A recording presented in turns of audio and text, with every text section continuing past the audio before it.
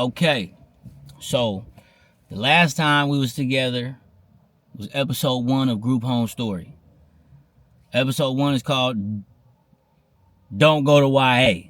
All right, don't go to YA. And I told a story about how I had to cut my hair because the judge told me I was going to go to YA if I didn't cut my hair. So, episode 2 is called Alameda County Juvenile Hall, because I gotta tell you about my 7 months in this place. First and foremost, I gotta shout out my homie Momo. I just tell a random story. You know, I go to a unit and there's a boy banging on the door. I say, "What's going on? Banging on the door? What you doing?" He banging on the door. He banging on the door. Banging on the door. Not stopping. I said, I could talk to him through the vents. I'm like, "Bro, what you doing?" He said, "I'm about to get moved units. It works every time." I said, "What you talking about?" He's like, "Bro, I'm about to just 5150 out of here, man. I'm bored. This unit sucks." I said, "Huh?" We was in an intake unit. He was like, "Yeah, they need to hurry up and send me to the unit. I'm about to do my time in, man. I'm tired of intake." And he would turn around and kick the boom, boom, boom. He was rattling the whole unit. He was like, "Man, if I keep doing this," he said, "if I keep doing this, they're going to move me in less than an hour. Watch." And I was like, "For real? Well, you know, he's like, "Well, what's up with you? Where you from? What do you do?"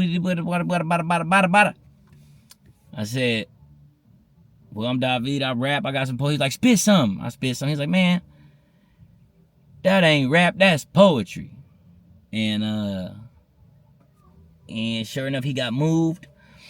I ended up seeing him later in Unit 7 for the 17-year-old boys later in my time there, because I was 16 in there, but that's kind of considered older, considering that there's like 13, 14-year-olds in there, 15-year-olds. So anyway, that was like a close friend of mine, because when I went to the big kids unit, I was spooked. I walked up in there, I'm like, "Man, I do not want no problem. These kids is worse than me." Then I hear my last name, Cazio. I said, "Huh?" It was a homie. I'm like, "Hey, what's up with it?" And then everybody had to not play with me and be like, he made a way for me. He really did. Let's see. Alameda County Juvenile Hall. One time I had a misunderstanding with the West Oakland boys. And somebody asked me if I had ever heard of this one neighborhood. I ain't even gonna say the neighborhood. I never heard of it. I said, "No, I never heard it. I never heard of it." And then not too many days later, I was surrounded by these kids from this hood. It's not as popular as all the other hoods. You feel me?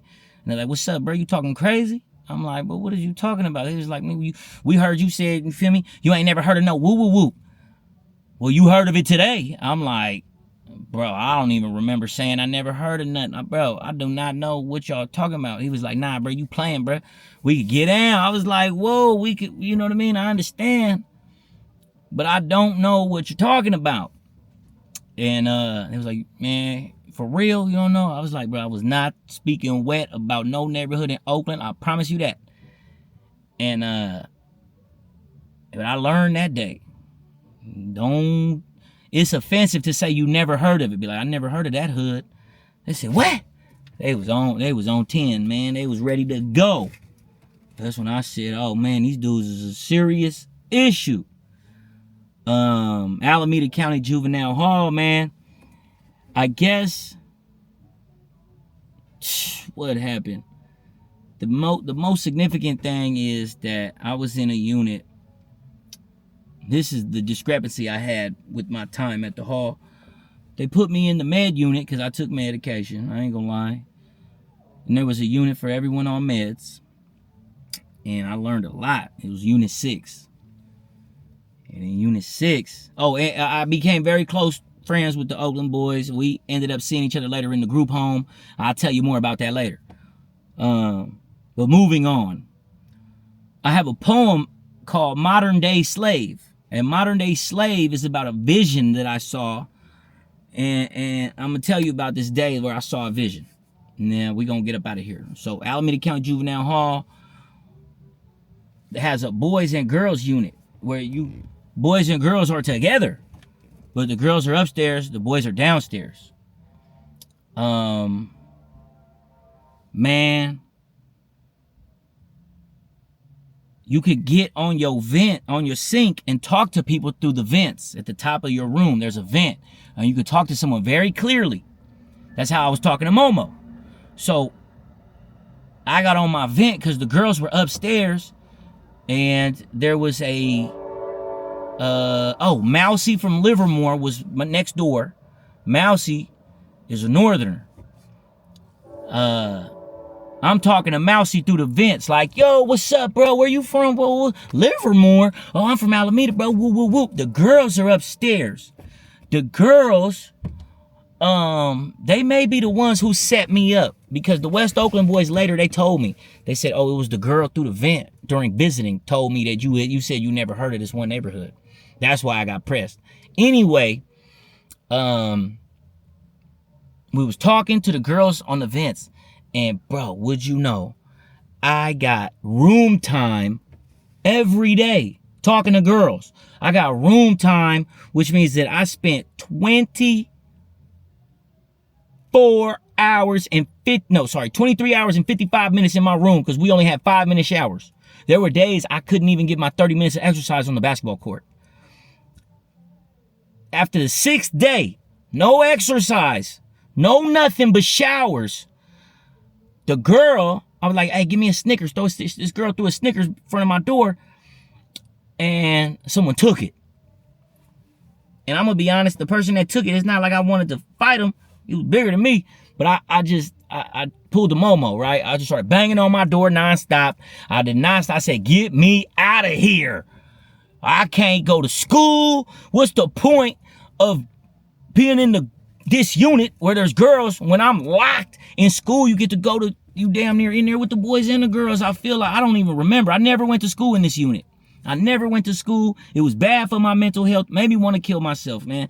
I kicked the door until they shackled and restrained me, tackled and detained me. Then I had a vision that permanently changed me. Told you I had a poem about it. I kicked the door, then they shackled me. Then I wobbled up to the door and I said, boop, boop, boop. Started banging on the door with my head until they moved me. But before they moved me, I laid down for a minute because I was completely shackled. And I had shackles behind my back and my feet. And I said, you know what? Let me lay down. I laid down and I saw a vision of a slave ship. Everybody on a slave ship. And I was in the same position. My hands were tied behind my back and my ankles were handcuffed. And I said, this is how they had the slaves. This is how they had the slaves on the boats all the way across. No bathroom. When you had to take a poop, just go. It was traumatizing. So, modern day slave. Have you heard the term modern day slave? Have you given it any thought, or is it just what they say? They deserve the sentences they were served. A chance for repentance to occur. You got nerve to say they shouldn't pay. After all, life is a little game. But who said it had to be a baseball game? 3 strikes turn my life into a baseball game. Pay a debt to society, but still carry shame. Answer questions about your past. You better not be who's to blame, because you didn't get the job, and you better not rob, or we bringing you to pain. Trust in God. That's what the chaplains say. I got a question. Chaplains say, have you heard the term modern day slave? That's a part of my poem. I still got to memorize that, actually. I'll be forgetting. I wrote that 10 years ago. So, thanks to Momo telling me just keep banging the door. They're going to move you units. I just banged the door, man. I didn't stop till they moved me units. Oh, thank God I got out of that unit, man. But, what happened? I don't even got to tell you who anybody was from or nothing, but, I got into it with this group of kids. Oh my God. They was gonna jump me. Over handball. We was playing handball. Playing handball. Then I'm winning or something. Hey, man, you cheating. I'm like, man, come on, bro. I win. I'm more athletic. You feel me? And they wanted my head. And all I heard was, they was like, okay, we can get down later or something. I'm like, I ain't tripping. On the basketball court, I wrote about it. I ain't gonna say, but I was getting into it, man. With one particular dude, he was from Union City. He wanted to get down with me. And it looked like I had no choice. I was like, all right, well, we gonna end up fighting, you know. But I wanted to make sure that, you know what I mean, that the East Oakland boys knew what was going on before I got down, because I didn't want to just turn around and get down.